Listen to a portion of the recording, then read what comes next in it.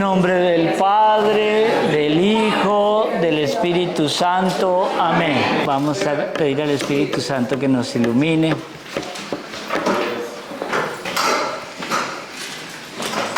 Hoy quería hacer como una charla un poquito informal, por algo que vi por ahí. Es muy bonito. Vamos a hablar de los cristeros para empezar. ¿Saben lo que son los cristeros? Sí. ¿Quién no sabe qué son los cristeros? Levante la mano. Los cristeros. Ok. Hace exactamente unos 100 años en México existió un movimiento que se llamó los cristeros. México tenía en aquella época unos 15 millones de habitantes y durante un periodo de 2 a 3 años más o menos, o un poquito más, hubo una persecución contra el cristianismo brutal. Murieron alrededor de 250,000 católicos de la época asesinados. Pero fueron famosos los niños de aquella época, porque los niños defendían la fe y de ahí viene esa famosa palabra que dice ¡Viva Cristo Rey! ¿Sí la han oído? Sí. Eso es de los cristeros, porque ellos así iban muriendo. Y había un chico de unos 13 o 14 años, no recuerdo, se llamaba Tomás de la Mora.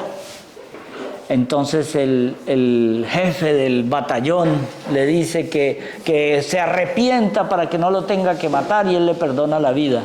Y él le dice que no puede, porque si él lo deja libre, él volverá a proclamar el Evangelio y que él no va a parar de proclamar el Evangelio.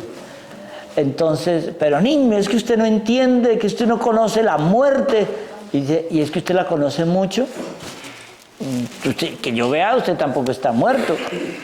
Entonces él lo condena a muerte y le dice que va a morir en la horca, y él le dice, deme 1 hora para prepararme para morir.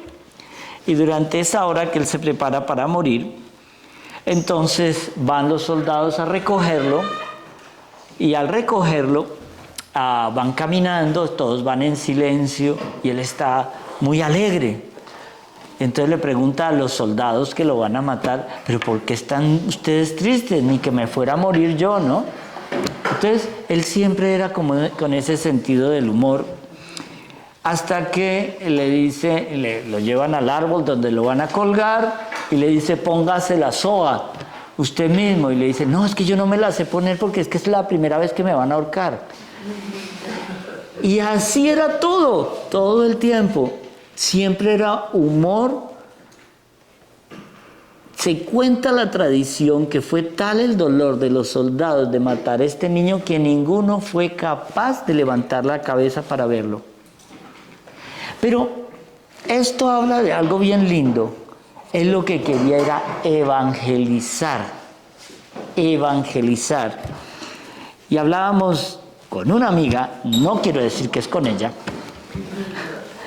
sobre la verdad. Y vi algo una homilía, una conferencia de un sacerdote argentino muy buena, y era como entender cómo vivir la verdad católica o la verdad cristiana en un mundo de mentiras como el que nos tocó vivir. Cómo vivir el catolicismo en este mundo tan mundano. Porque el entender que hoy si alguien nos dice el césped o el pasto es rojo y quiere convencerme a mí que es rojo porque él tiene el poder para poner una ley y decir que el pasto es rojo, yo tengo que repetir que el pasto es rojo, y si no estoy violando los derechos de esa persona. Pero si todos vemos el pasto verde, pero él lo ve rojo, entonces por ley todos lo tenemos que ver rojo. Eso es, ¿qué es la verdad en un mundo de mentiras? En un mundo de pecado. Pero mire, aquí viene otra historia muy bonita. Hay una vieja leyenda, para llamarlo de alguna manera, una leyenda.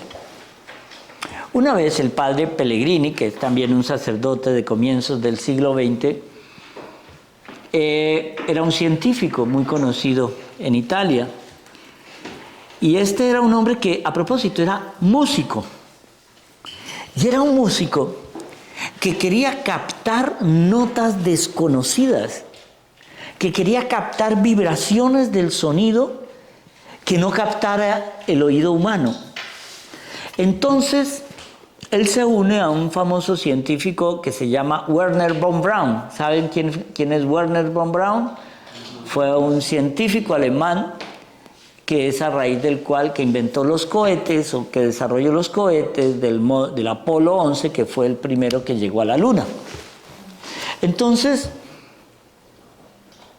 él se une con él y con otro equipo de científicos cuyos nombres he olvidado, para crear una especie de antena tan poderosa que pueda detectar todas las vibraciones existentes de los decibeles más bajos a los decibeles más altos que existan, para captar sonidos que no se puedan captar de otra manera y que sobre todo que sean sonidos que el oído humano no pueda percibir. Ustedes han oído que los perros pueden captar un sonido a muy bajo nivel o a muy alta frecuencia.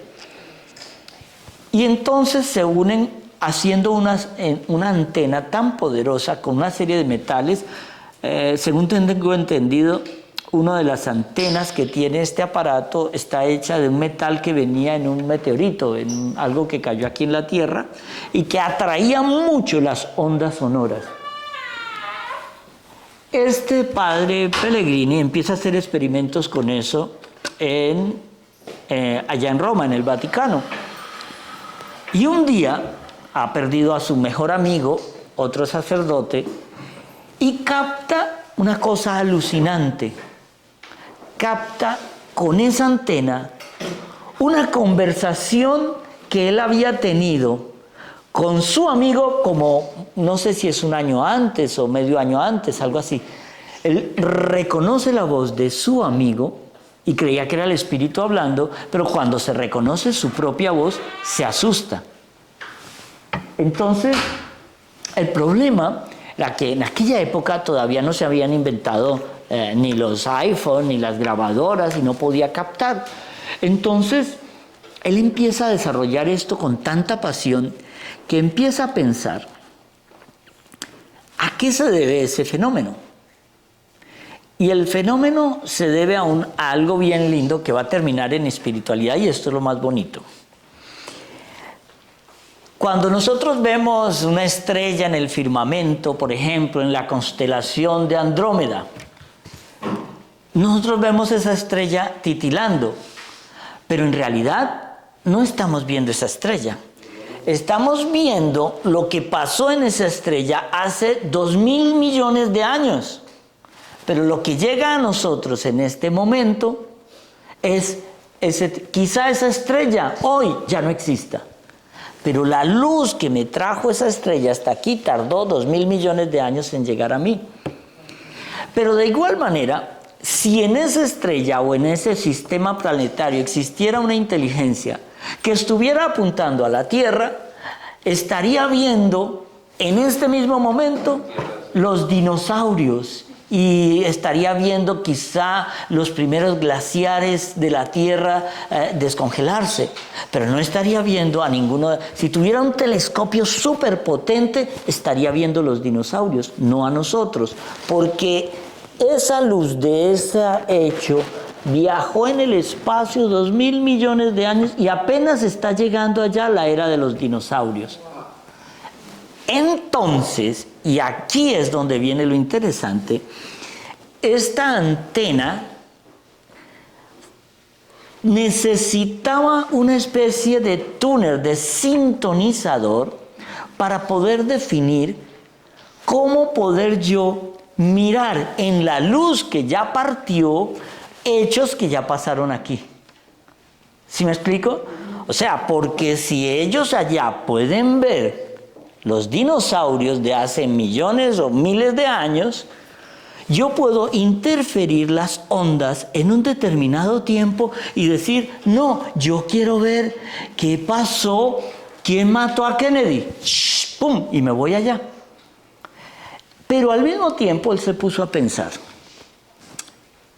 si yo puedo captar las ondas sonoras, también puedo captar las ondas visuales, porque es más fácil, es captar la luz, ¿cierto? Entonces, él se pone de acuerdo, y estamos hablando década de los 50, 60, que la televisión aún era muy primitiva, no la de hoy, y alcanza a captar imágenes generales, como planos generales de cosas que habían pasado antes. Wernher von Braun se une a él y crean una especie de sintonizador para saber en qué momento pueden poner la antena y llegar al momento que ellos quieren saber de lo que pasó. ¿No les parece alucinante esto? Esa máquina se llama el visor del futuro. Hay una vieja leyenda que dice que el Papa Pío XII le ordenó que no dijera nada. Recogió la máquina y fue escondida en archivos secretos vaticanos. Esto es la leyenda, yo no les estoy hablando. Pero, ¿cuál es la enseñanza aquí? ¿Cuál es la enseñanza? Lo mismo que a este niño Tomás de la Mora.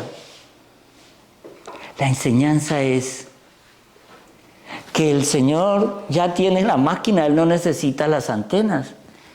Imagínate que nuestra vida está escrita, nuestra vida, tu vida, está escrita en el espacio-tiempo. Y yo solo necesito un sintonizador para ver mi pecado. ¿Tú te imaginas eso? O sea, las mujeres lo dirían, voy a ver en qué momento este desgraciado de mi marido me ha sido infiel. Sintoníceme esa vaina y así lo... Yo lo voy a editar. Pero miren esto. Bueno, hay la vieja tradición de que este aparato sí existe. Hay muchos expertos que dicen que sí existe, que fue escondido y que por orden del Papa Pío XII fue mandado a esconder. ¿Por qué? Porque de alguna manera inferiría dentro del libre albedrío de la gente, ¿cierto? Dentro de su vida íntima, privada. No sabemos. Eso ya es leyenda, todo lo que viene ahí. Pero la enseñanza es, si ese aparato, que no es tan loco de pensar, como en el siglo XVIII tú le hubieras dicho a alguien que esto existiría, habría dicho eso es imposible. Si en el siglo XVIII tú le dirías a la gente que podríamos ver imágenes de la guerra en directo, ellos dirían eso es imposible.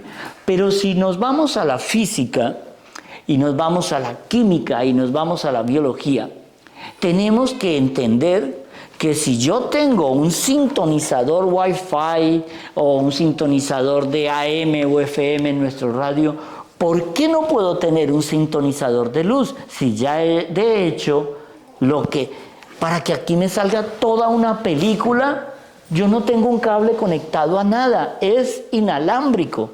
Son ondas que no vemos, pero que existen. Son real porque yo las puedo ver. Entonces, imagínense por un segundo que poniendo el juicio privado de nuestras vidas en una onda hertziana o en una onda luminosa, ya todo lo que hemos hecho salió al espacio. Todo lo que hemos hecho está viajando por el espacio. Todo, lo bueno y lo malo. Pero al mismo tiempo, ¿por qué dirá el Padre Nuestro? Padre nuestro que estás en los cielos. Oh, ahí ya estoy en Dios. ¿No lo entienden? Porque mi vida ya está viajando en el espacio. Toda obra que hacemos nosotros por nuestra voluntad humana viaja, pero no es eterna. En cambio, una oración hecha en la divina voluntad, la vamos a ver pasar a través del universo una y otra vez, porque nada de lo que hace el Señor es temporal. Todo lo que hace Dios es eterno. ¿Cierto que este aparato les puso a volar la mente? Mi pecado está viajando en estos momentos hacia el cielo. Y ahí es cuando uno viene y dice, mira, no sé quién, ¿tú pusiste los 10 mandamientos o fue Paola? Paola, métanse a las hijas del cura. Puso los 10 mandamientos en una traducción tan buena, cortito. Ahí está, elemental. Pero lo puso de una manera, hay un mandamiento que es larguísimo dentro del contexto de la traducción. Pero mírenlo así, no cometerás actos impuros. ¿Qué es impuro? Todo lo que viaja en el espacio y tú no quieres que Dios vea. ¿Cierto que esto es otro concepto del pecado? Yo no quiero que el Señor vea que le he sido infiel a mi mujer. No quiero ni que ella se entere. ¿Han oído ese meme de un chico que le pregunta a una chica, si yo te fuera infiel y tú te enteraras, ¿tú me perdonarías? Y la chica le contesta, si yo no me entero, no pasa nada. Y dice, pero yo te habría sido infiel, algo afectaría. Si yo no me entero, no. ¿A ti, por ejemplo, te ha afectado algo?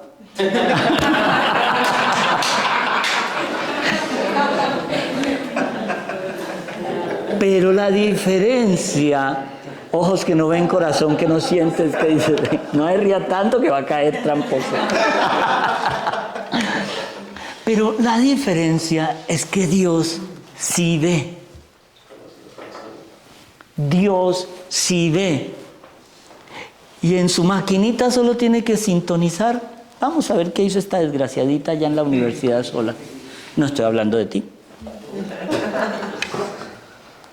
Vamos a ver qué hizo esta otra desgraciadita a los 15 años. Nos va el juicio particular y el juicio final son dos conceptos diferentes. Cuando nos morimos, viene el juicio personal. Ahí sabremos si nos condenamos o nos salvamos. Número desconocido. Llamando al espacio. Sí. Me está llamando el hijo de Airán. Espere, le contesto que eso ya está.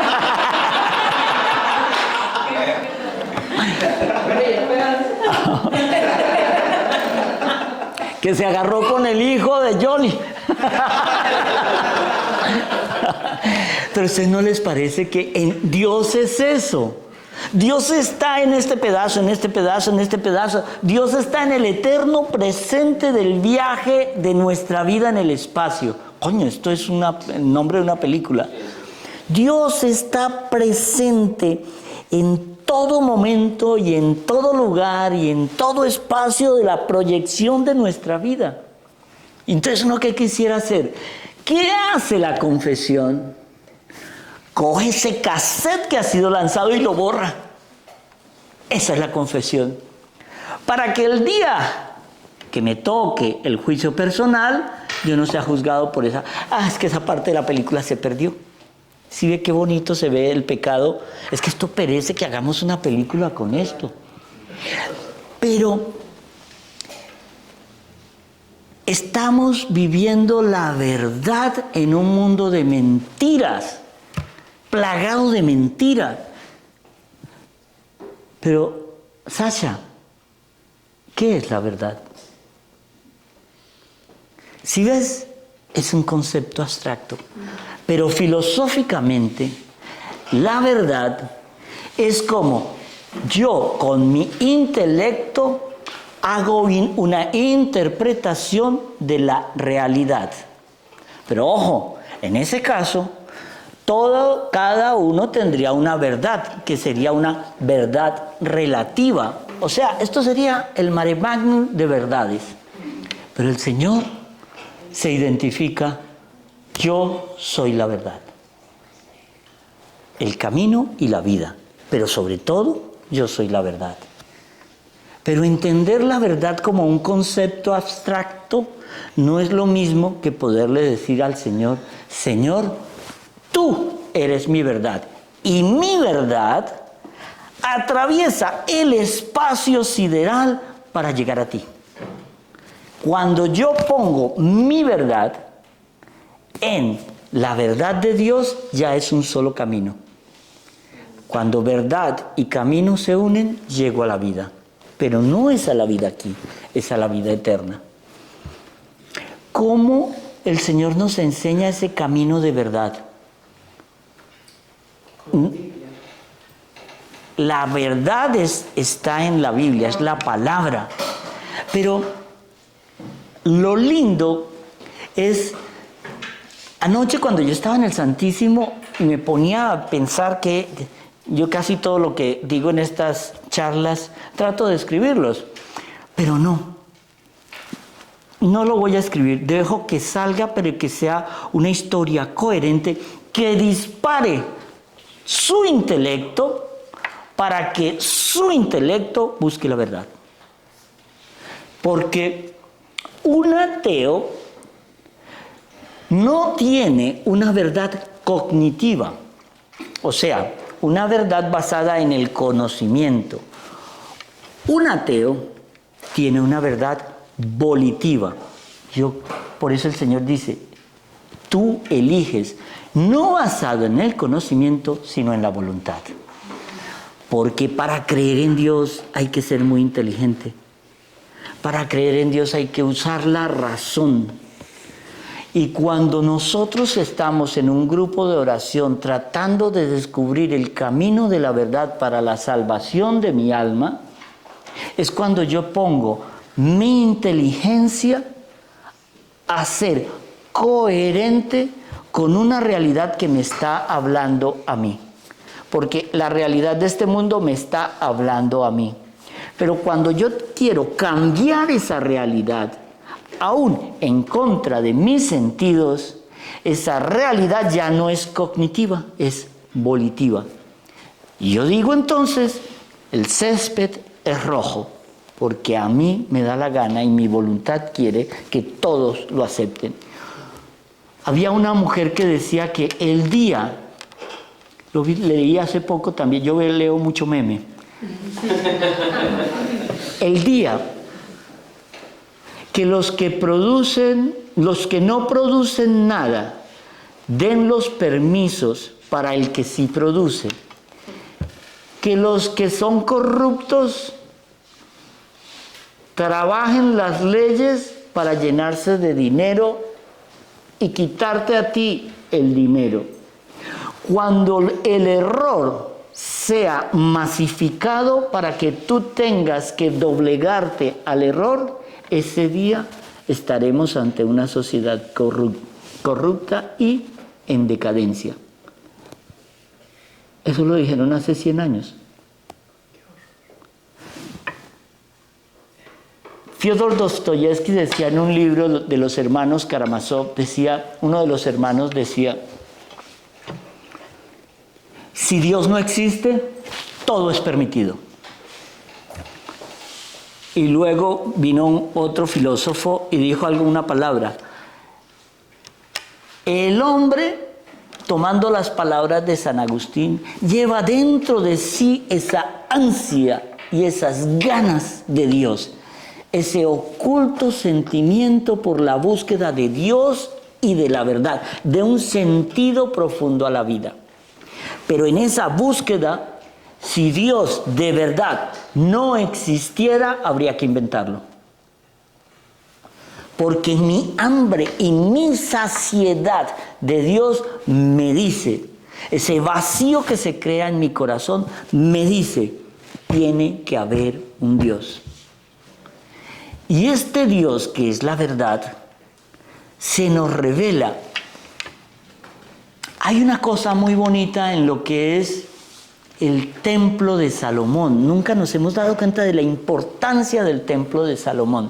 Durante 40 años, el templo de Salomón era una carpa que tenía un santo, un santísimo y un atrio, y tenía una delimitación perfecta de cómo serían las fronteras. Y ese templo, cada vez que ellos se movían, se levantaba todo y se movía. Pero cuando llegaron a Jerusalén, Salomón, hacia el año 1000, que ya el país, su padre David lo había dejado estructurado, dice, ese campamento tiene que ser construido tal cual el Señor lo mandó a hacer. Y ese campamento se va a conocer como el Templo de Salomón. Cuando nosotros leemos que en el instante en que el Señor murió, se rasgó el velo del templo. Esto es bien importante para entender la verdad. La fiesta más importante del pueblo judío era la Pascua. La Pascua era el momento en el que sacrificaban el cordero pascual para la expiación de los pecados de todo el pueblo de Israel, ¿cierto? Pero eso se hacía, aquí estaba el templo grande, luego estaba el atrio donde entraba el pueblo, luego donde solo entraban las mujeres, luego donde entraban los hombres y los sacerdotes, y luego el Santísimo, donde estaba el arca de la alianza, que no podía entrar sino el sumo sacerdote una vez al año. Pero lo que dividía, lo que los hombres podían ver desde afuera de la arca, era el velo. Y siempre la Pascua se celebraba 2 horas antes, el cordero moría 2 horas antes de la puesta del sol del día 14 de Nisán, que es el día que equivale al sacrificio del Señor. 14 de Nisán siempre tiene que ser el Viernes Santo. Entonces, ¿a qué horas muere nuestro Señor? A las 3 de la tarde. ¿Qué día muere? Un 14 de Nisán.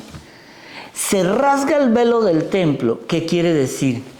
Ya se revela la verdad. La verdad os ha sido revelada y la verdad se llama Cristo. ¿Entendemos la belleza de lo que está viniendo ahora en la Pascua? Es el Señor recordándonos que la Cuaresma nos sirve para prepararnos a la muerte y la revelación de la verdad, a la revelación de lo que tenemos que seguir, a seguir a este niño Tomás con esa ahínco que tiene que decir. El padre Jorge, argentino, decía algo bien lindo. Él tenía un compañero seminarista que en las oraciones que nosotros hacemos de la liturgia de las horas, él cerraba la oración: Señor, y danos una muerte de martirio. En los primeros 200 años, santo no era catalogado sino aquel que moría asesinado o martirizado por los romanos o por los judíos. Ese era considerado un santo.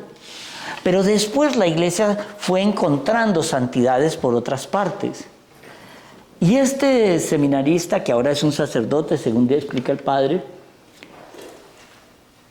pedía el martirio porque es una manera de llegar a la santidad por camino expedito, ¿no?